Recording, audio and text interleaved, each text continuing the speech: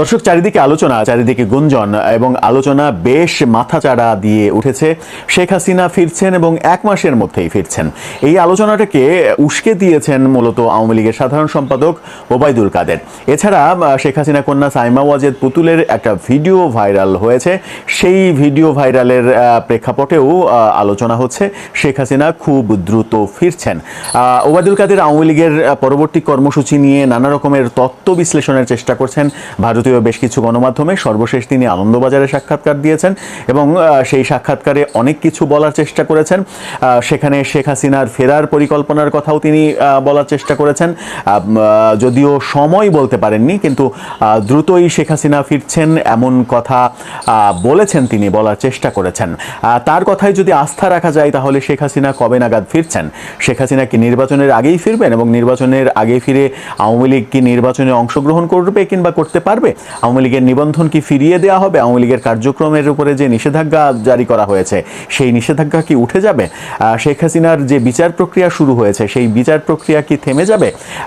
এই সমস্ত প্রশ্নের উত্তর একটাই, সেটা হচ্ছে যে শেখ হাসিনা কিংবা আওয়ামী লীগ আন্তর্জাতিক মহলকে কতটা নিজেদের পক্ষে নিয়ে যেতে পারছেন। আন্তর্জাতিক মহলকে নিজেদের পক্ষে নিয়ে যেতে হলে যতটা কাঠখড় পোড়াতে হবে এবং যতটা সময় প্রয়োজন, সেই সময়ের প্রেক্ষাপট বিবেচনায় শেখ হাসিনার দ্রুত বাংলাদেশে ফেরার বাস্তবতা রয়েছে কিনা সেই প্রসঙ্গেও আলোচনা করা যেতে পারে। দর্শক, শেখ হাসিনা ফিরছেন, 1 মাসের মধ্যে ফিরবেন, এরকম নানা আলোচনা চলছে সামাজিক যোগাযোগ মাধ্যমে। এরকম আলোচনায় সয়লাভ হয়ে গেছে। ওবায়দুল কাদের এই ব্যাপারে আনন্দবাজারকে বলেছেন শেখ হাসিনা ফিরবেন, দ্রুতই ফিরবেন এবং ফিরে তারপরে নির্বাচনের প্রস্তুতি নেবেন।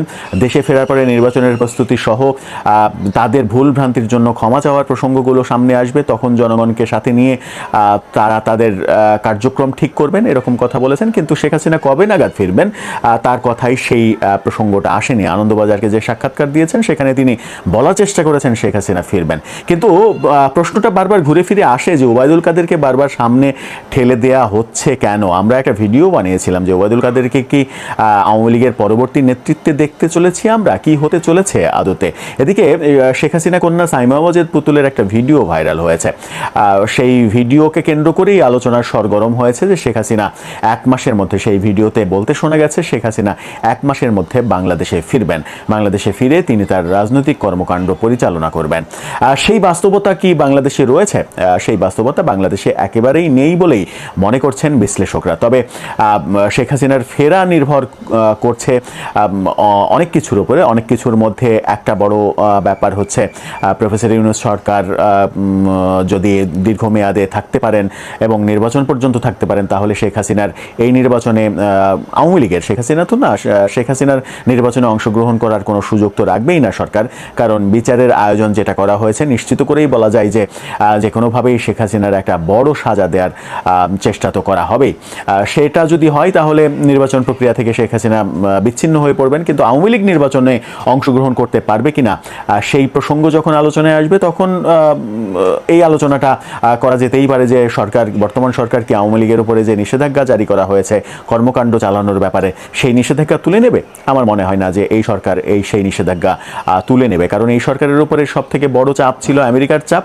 আমেরিকা এবং ভারত, এই দুটো চাপ ছিল। ভারতের চাপ রয়েছে, থাকবেই, কিন্তু আমেরিকার চাপ আমার মনে হয় অনেকখানি কমেছে। আমেরিকার চাপ এই কারণেই কমেছে যে আমেরিকার সঙ্গে একটা সমঝোতা, করিডোর নিয়ে একটা সমঝোতার দিকে গিয়েছে সরকার। সেই কারণে এই সরকারের উপরে প্রথম দিকে ট্রাম্প প্রশাসনের যে চাপ আমরা লক্ষ্য করেছি, এই সরকার বিরোধী অবস্থান দেখেছি। এখন কিন্তু ব্যাপারটা অনেকটা ইউটার্নের মতো দেখা যাচ্ছে। আবার যদি করিডোর দিতে এই সরকার ব্যর্থ হয় তখন পরিস্থিতি আবার পাল্টে যেতে পারে। আন্তর্জাতিক দেশীয় রাজনীতির প্রেক্ষাপট যেমন বারে বারে চেঞ্জ হয়, আন্তর্জাতিক রাজনীতির প্রেক্ষাপটও কিন্তু বারে বারে চেঞ্জ হয়। তার মানে করিডোর দেয়া না দেওয়ার উপরে নির্ভর করছে সরকারের সঙ্গে আমেরিকার সম্পর্ক এবং সেখানেও অনেকখানি নির্ভর করছে আওয়ামী লীগের ভবিষ্যৎটা কোন দিকে যাবে। যে কথা বলছিলাম সাইমা ওয়াজেদ পুতুলের ভিডিওর কথা, সাইমা ওয়াজেদ পুতুলের যে ভিডিও ভাইরাল হয়েছে সেই ভিডিওকে আবার রিউমার স্ক্যানার থেকে বলা হচ্ছে সেটি ফেক ভিডিও, সেটি সত্য ভিডিও না। অন্য ভিডিওকে শেখ হাসিনা 1 মাসের মধ্যে ফিরে আসছেন এডিট করে প্রযুক্তির সাহায্য নিয়ে সেটি তৈরি করা হয়েছে এবং এক ধরনের প্রচার প্রপাগান্ডা চালানোর জন্যই সেটা করা হয়েছে, এমনটা বলছে রিউমার ফ্যাক্ট স্ক্যানার। তার মানে হচ্ছে সাইমা ওয়াজেদ পুতুলের ভিডিওর এই বাস্তব বাস্তবতাও পাওয়া যাচ্ছে না। এই বাস্তবতা যখন পাওয়া যাচ্ছে না, তখন কি বলা যেতে পারে? তখন একমাত্র সোর্স হচ্ছে ওবায়দুল কাদেরের যে সাম্প্রতিক কথাবার্তা, সেখান থেকে সোর্স হিসেবে সেইগুলোকে সোর্স হিসেবে ব্যবহার করা। কিন্তু সেইগুলোকে আপনি যখন সোর্স হিসেবে ব্যবহার করতে চাইবেন, তখন কিন্তু একটা প্রশ্ন সামনে আসবেই, সেটা হচ্ছে ওবায়দুল কাদের কি আওয়ামী লীগের মুখপাত্র হিসেবে পরিপূর্ণভাবে দায়িত্ব পেয়েছেন? আওয়ামী লীগের কথাই কি ওবায়দুল কাদের বলছেন, নাকি নিজের মন গড়া কথা বলছেন? আবার আরেকটা প্রসঙ্গ আসছে যে ওবায়দুল কাদের কিন্তু নিশ্চিত করে বলেননি যে শেখ হাসিনা কবে নাগাদ ফিরবেন। বলেছেন একটা উড়ো ভাষায় শেখ হাসিনা ফিরবেন, দায়িত্ব নেবেন, রাজনীতি আবার করবেন, আওয়ামী লীগ উজ্জীবিত হবে, এরকম নানা কথা বলেছেন। কিন্তু কবে নাগাদ ফিরবেন সেটা কিন্তু নিজেই বলেছেন যে সেটা নিশ্চিত নয়, সেটা সময় এবং রাজনৈতিক প্রেক্ষাপটের উপরে, আন্তর্জাতিক প্রেক্ষাপটের উপরে নির্ভর করছে। ব্যাপারগুলো তিনি নিজেও স্বীকার করেছেন। তার মানে আমরা যেটা বিশ্লেষণ করার চেষ্টা করলাম যে সব কিছুই আদতে নির্ভর করছে রাজনৈতিক পরিস্থিতির উপরে, এবং শেখ হাসিনা আন্তর্জাতিক লবিং কতটা করতে পারছেন, আওয়ামী লীগ আন্তর্জাতিক লবিং করতে পারছে কতটুকু, সেটার উপরে নির্ভর করবে। আমরা এর আগে শুনেছি যে সজীব ওয়াজেদ জয় প্রায় $2 লক্ষ কিংবা $2 মিলিয়ন এরকম একটা অ্যামাউন্ট দিয়ে আন্তর্জাতিক লবিস্ট নিয়োগ করেছেন। সেই লবিস্ট প্রথম দিকে বেশ কার্যকর বলেও মনে হচ্ছিল। ডোনাল্ড ট্রাম্প প্রশাসনের সঙ্গে লবিস্ট বেশ ভালো এগিয়ে গিয়েছিল। পরবর্তীতে আমরা ডোনাল্ড ট্রাম্প প্রশাসনকে কিন্তু ইউটার্ন নিতে দেখেছি। তার মানে সেই লবিস্টও ট্রাম্প প্রশাসনে খুব একটা কাজ করতে পারছে এই মুহূর্তে, সেটা বলা যাবে না। সব মিলিয়ে পরিস্থিতি শেখ হাসিনা কিংবা আওয়ামী লীগের অনুকূলে রয়েছে কোনোভাবেই, যেটা ওবায়দুল কাদের বলতে চেয়েছেন সেটা কিন্তু বলা যাচ্ছে না। এসব কারণেই অনেকে, বেশিরভাগই ওবায়দুল কাদেরের সমালোচনা করছেন, এবং তিনি যে আওয়ামী লীগের জন্য নতুন বিপদ ডেকে আনছেন, আওয়ামী লীগের জন্য তিনি যে সত্যি সত্যি একটা বড় বিপদের নাম, বড় বিস্ফোরণের নাম, এই আলোচনাটা আওয়ামী লীগের যারা শুভাকাঙ্ক্ষী তারাই করার চেষ্টা করেছেন।